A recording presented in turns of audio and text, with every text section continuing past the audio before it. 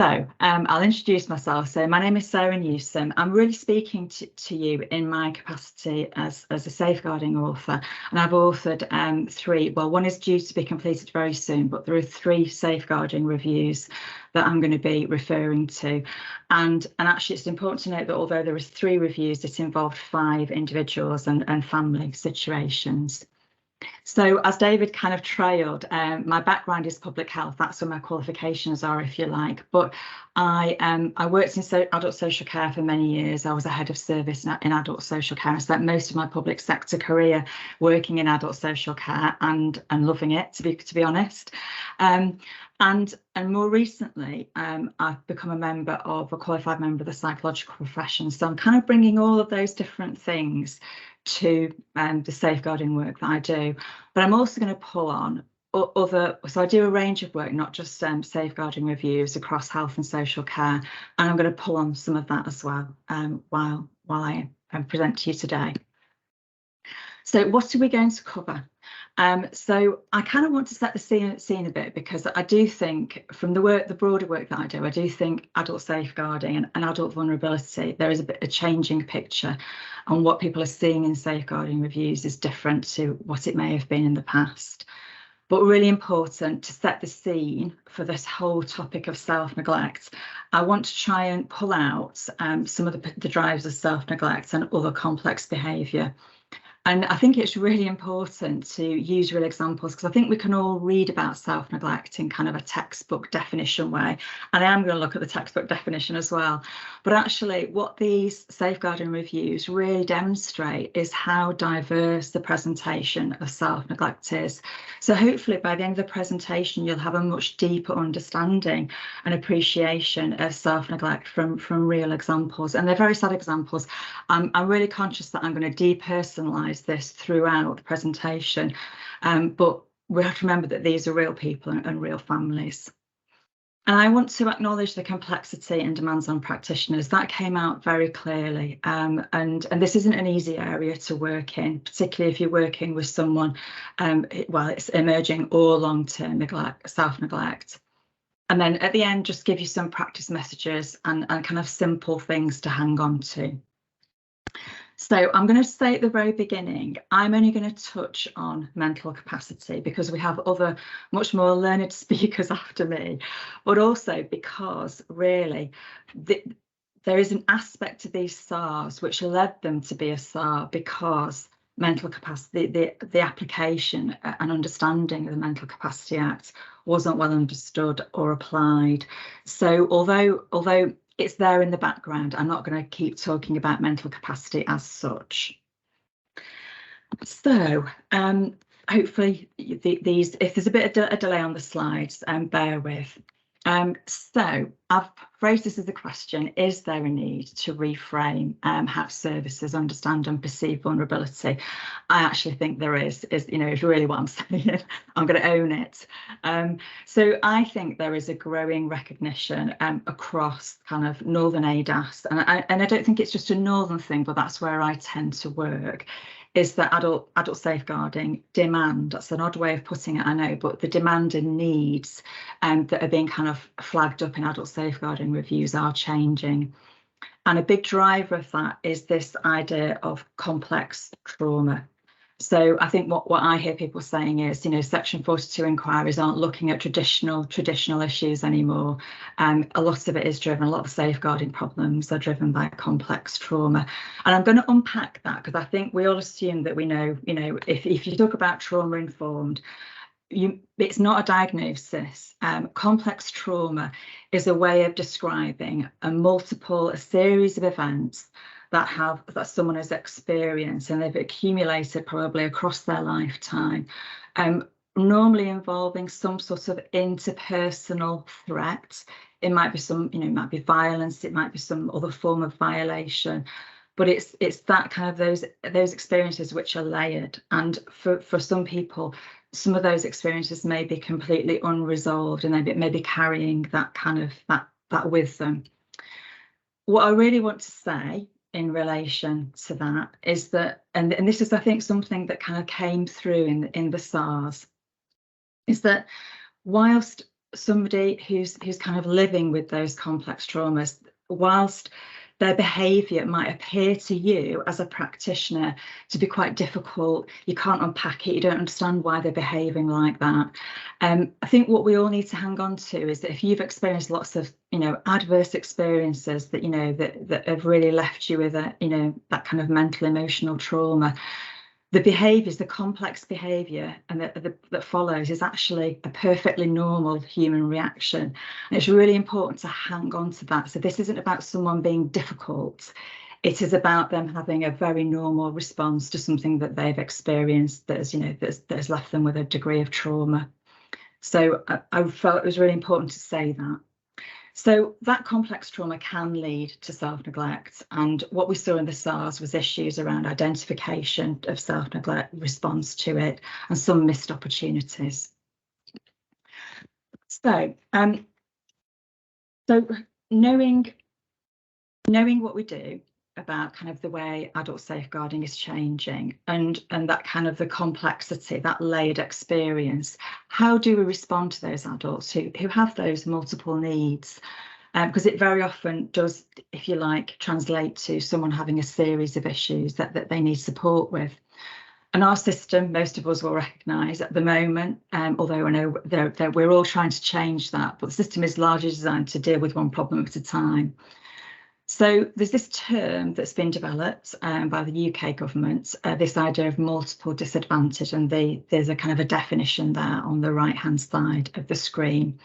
But it's similar to complex trauma. It's almost trying to describe complex trauma without using the word. So it reflects this kind of accumulated lifetime experience of adversity. Now, on the bottom of the left-hand side of the screen and the blue box, there's a couple of links. So the government programme is called Changing Futures, and there is a YouTube explainer below. And that is actually a link to the Greater Manchester programme, the kind of the Greater Manchester wide, not just Manchester City, which is looking at multiple disadvantage.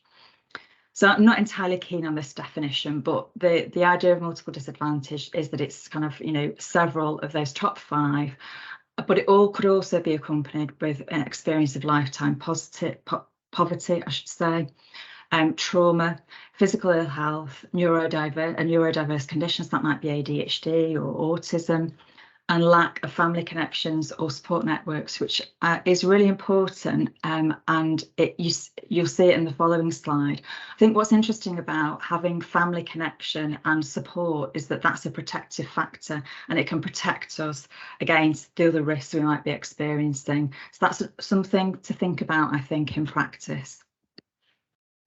So if we compare and contrast, so what I've deliberately done is assemble this list, and these are real experiences that we're talking about. So again, I don't want it to be presented as a list, but to see it like this, I think, is really interesting. So these are the lived experiences of the individuals who were the subjects of the SARS that I've been involved with. And I think it's a very varied list to begin with. And it covers a very wide range of things that we might not always think would be associated with trauma or that might be a cause of self-neglect. So you can read the list for yourself. I'll just pick out a few. So childhood neglect was seen in one of the cases, but also kind of we didn't necessarily, we knew some people's histories, we didn't necessarily know everyone's histories. And I think there's the point in there is that the complex trauma or that might lead to self-neglect, it's not just about looking at someone's experiences in adulthood, because a lot of the adults that we looked at, actually there were things or suspected things from their kind of maybe earlier years. But we definitely knew in one of the cases that the family had experienced neglect and potentially abuse. So domestic abuse, you won't be surprised to see that in the list, but that is acknowledging that it is a direct experience of domestic abuse, but also indirect. So in other words, witnessing domestic abuse, which is often happens in childhood or as a young person. So one of the adults had experienced violence in the context of war, so something which is very outside our experience in this country. And also kind of that follow-on of refugee and asylum seeking.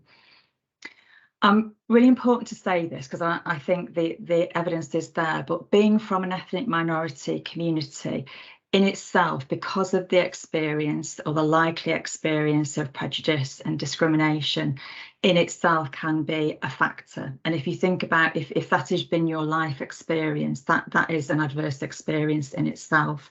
And there's more information in the YouTube explainer about that, which I think is quite useful to tap into. Morbid obesity, many of you probably wouldn't expect to see that in the list, but in the research in America that's kind of been building up over 20 odd years now, that's kind of the earlier, if you like, the early kind of research around trauma. Several of the young people were suffering from childhood obesity, and 2 of the cases that I worked on around the SARS were women who had been living with morbid obesity, and the development of obesity is linked, the research would suggest, to kind of adverse experiences in childhood. So some of these other kind of issues are probably more familiar. So acquired physical and sensory disability, complex physical health needs and mental illness alongside alcohol use. Complex or unusual family care dynamics. So that was a feature in quite a few of these SARS. And if you're doing the carer session, the workshop this afternoon, you'll hear more about that. Poverty we've already talked about, and social isolation and marginalisation. I think that's been a feature of most of the families involved in the SARS. So I suppose my closing remark from that past slide should be, hopefully what this is demonstrating is that self-neglect and the causes of self-neglect aren't simplistic at all. They're very complex, and probably as complex as each of us as individuals, because it's partly reflecting those life experiences. So kind of coming on to the textbook definition, and this is probably the definition that you may find in the self-neglect toolkit. So what do we mean by self-neglect? So lack of self-care. So that often involves personal kind of hygiene issues, but it's also broader and includes looking after ourselves properly in terms of nutrition and hydration, or looking after ourselves in terms of the health conditions we have. Lack of care of the home environment. So very often people tend to associate it with hoarding, but it's broader than that. It's kind of, a home that isn't very well maintained, and it may even be on the verge of being unsafe. And what we saw across all the SARS was this very kind of persistent refusal of services that were designed to help, particularly with health and care needs. And that refusal could range from refusing an assessment to refusing aids and adaptations, to not wishing to be transported to hospital.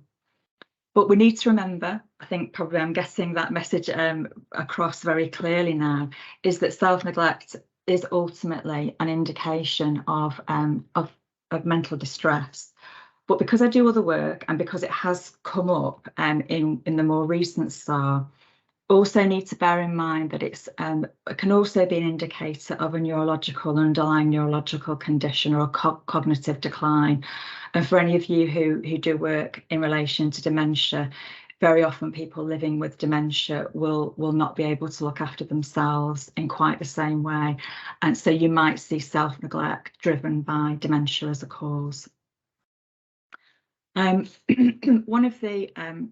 of the SARS, the more recent one, there was also, it became clear obviously as we went through the SAR, but it seemed that there was one individual who was, if you like, self-neglecting in relation to their own safety, in other words, protecting themselves from someone who they knew was causing them harm. But that was also kind of presented as a form of self-neglect as well. So continuing with this theme, so self-neglect, many of you will know this already, but it is a distinct form of abuse or neglect in the Care Act. So if you spot serious or enduring self-neglecting behaviour, it should trigger a safeguarding conversation initially with the individual. I think what was really interesting in, sorry, I'm just going to, something popping up on my screen. So what was really interesting, and I've reflected on this afterwards actually, it didn't kind of occur to me at the time, but But self-neglect covers both inability and an unwillingness to care for yourself. But actually in the SARS, what practitioners tuned into and tended to recognise more easily was the unwillingness. What that led to really was kind of an oversight that that individual did have genuine care and support needs as defined by the Care Act. And they were actually overlooked. And I think it was because people were tuning into, well, they don't want to do this, they're rejecting help, they don't want this. But actually to look beyond that kind of behaviour and to understand that actually that person couldn't self-care was quite telling, I thought. So if someone is unwilling to care for themselves and persistently rejects support, that doesn't mean that they shouldn't receive help. And the task then it changes to figure out how you support that individual. And what we did see in one of these SARs was mental capacity assessment kind of being misappropriated to confirm that an adult could make a decision. So they did have the capacity to make that decision, but then the case was closed and not followed up. So really important to guard against using mental capacity in a kind of a perverse way, really. And open-mindedness is really, really important, because what in one of the SARs where there was a case of neglect, parental neglect from this individual's childhood, what we assumed in the end was that perhaps, and this was flagged by a practitioner at some point during the care of this adult, is that they didn't have the ability, they hadn't learned the skills to look after themselves or to care for others. So actually it wasn't an inability, it was a genuine inability to look after themselves. Oops. I'm trying to move my screen and it's not working, so just bear with me.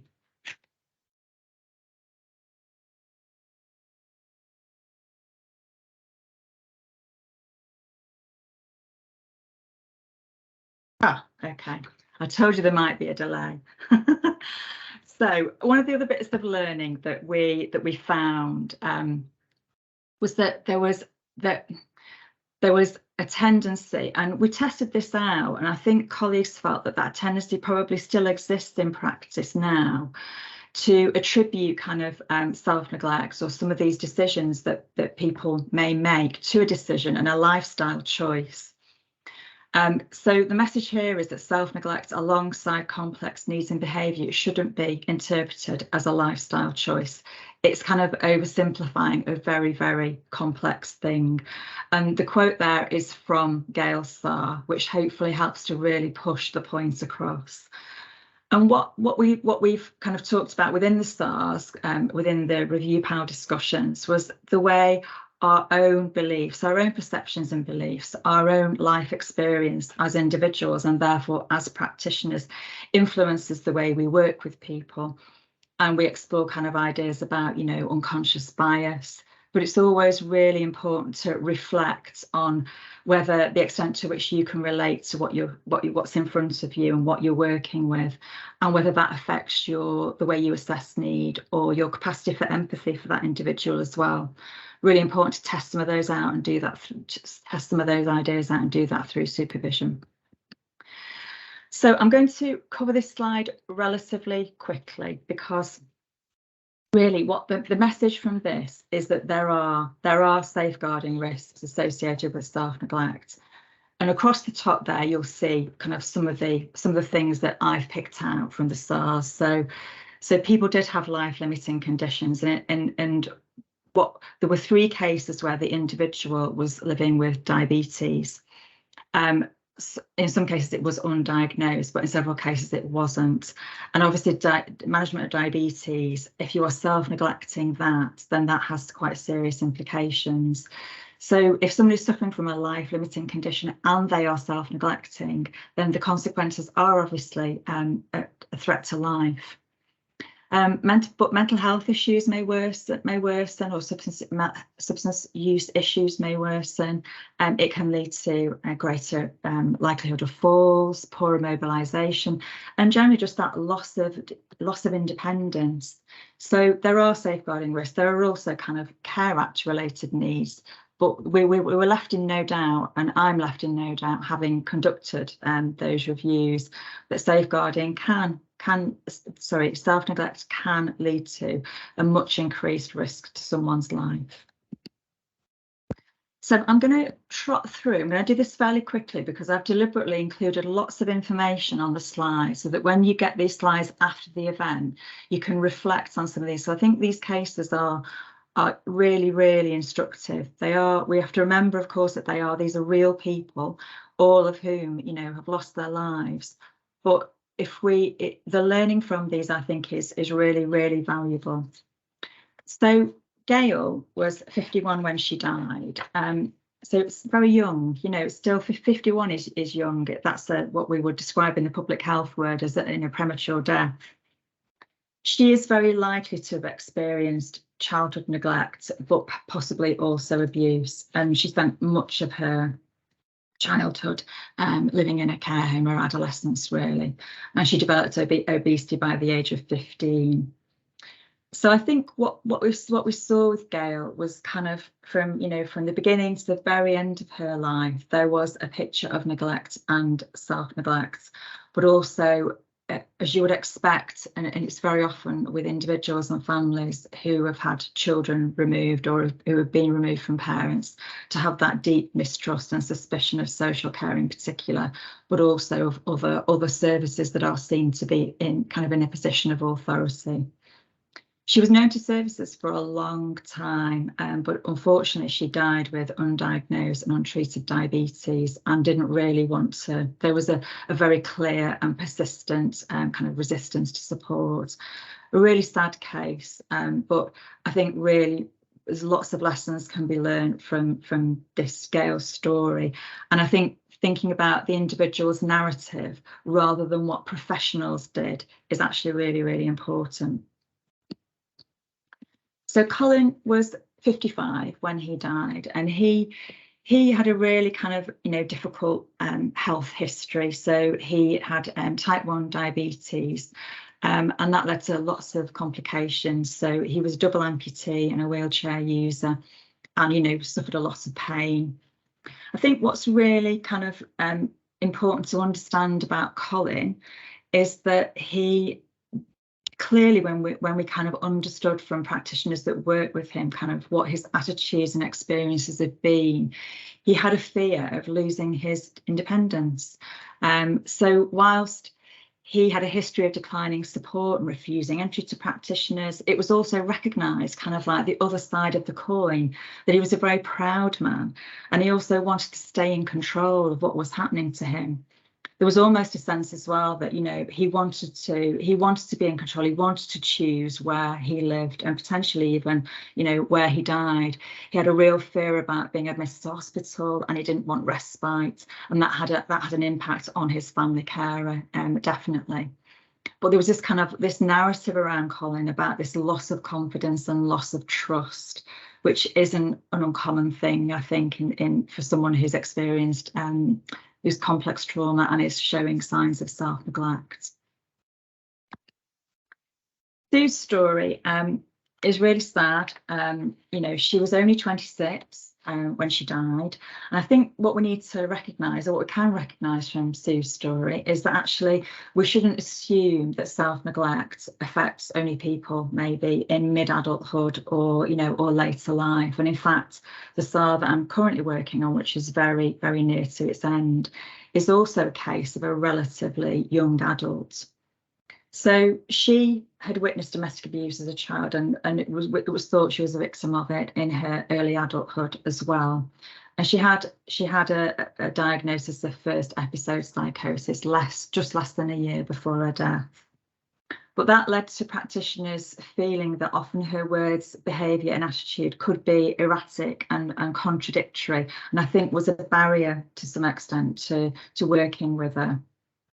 I think the really interesting thing about this case is that she was cared for by her mum, and her mum had quite a lot of insight. It was clear from the records and the notes that we looked at that she kind of understood that her care for Sue would always prefer care from her mum than from practitioners and professionals.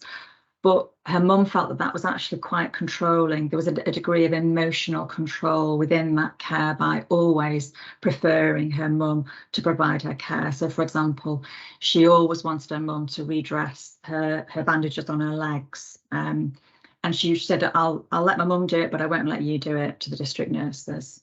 She even refused being admission to hospital, and then sadly died following a fall and collapse as paramedic colleagues were trying to help her and take her to hospital. So these are really sad cases, but we can learn a lot from the individual experience. So nearing the end of my presentation now. I think I'm okay for time. Just double check. Yeah, I'm okay. I'm a little bit ahead of time, so I'll slow down a little bit. So what were the practice challenges seen? And we pulled out, you can see there's a list there, and you can read it as I talk, but there were lots of practice challenges. And this is a complex area, so that isn't surprising. So in some of the cases, there was a real issue with the accurate identification of self-neglect. It wasn't, someone's behaviour was perhaps understood as being difficult rather than self-neglecting. And whilst, you know, it would have been a very difficult situation for practitioners to deal with and to be able to interact with that person, that kind of identification of self-neglect is crucial, really. So the implications of self-neglect in combination with other physical or mental health needs. So that appreciation that self-neglect can exacerbate existing problems. And as I've already mentioned, recognition of genuine care and support needs and mental capacity, which we'll talk about later in the day. In terms of kind of the safeguarding response, there was an absence, even though in some cases these individuals and families had lots of people kind of going into their homes on a regular basis. That in itself must have been quite overwhelming. There wasn't lots of evidence of kind of structured coordination of activity, so routine care or the safeguarding response. And what really surprised me is that a lot of these practitioners that were working with the families and professionals involved were kind of working in isolation. And I thought to myself, well, actually, if I was working on a really difficult, challenging case, I would want to share, sorry, my cat's joined us, I would want to share the challenge, but there wasn't an awful lot of communication going on amongst professionals. You'll have gathered from things I've already said that person-centred approaches and trust building with the individual is really, really important. It's about building a relationship with people. And that is more challenging for someone who doesn't want to build a relationship with you and isn't interested in the fact that you do want to provide them with care and support. So it takes time and it takes effort. Understand the individual and family history. That was really important in quite a few cases, because actually, if you only begin to look at someone's experience at 18, actually you have no idea of what other experiences have informed that individual's approach and informed their behaviour. So think beyond, and that was identified as a barrier in one of the safeguarding reviews in particular. People said, a practitioner said, we don't think about what's happened to this person in adult services before they were aged 18. It's not common practice to kind of have that mindset. So psychologically informed thinking and practices, that whole understanding of trauma and adversity and how that can impact on the way someone may want to interact with you or the way they behave, is really, really important, and strengths-based working along with that. Carer awareness. You'll hear more about this later, but I think particularly in the carers thematic review, which was a review of 3 cases where there was a family carer directly involved, and in many cases, practitioners kind of relied on the input of the family carer. Unfortunately, the carer was often completely overlooked, and we'll talk more about that in the workshop later if you're attending that one. So the last couple of characteristics or kind of issues we'll pull out in the next slide, but that use of professional curiosity, you won't be surprised that I refer to that, the idea of professional curiosity, and actually being quite robust but compassionate and having a very inquiring approach, I think, is really important, because asking questions and asking careful questions actually is a way to get to know someone, to show that you're interested and you want to support them. Final slide, if I can get my slide deck to move on.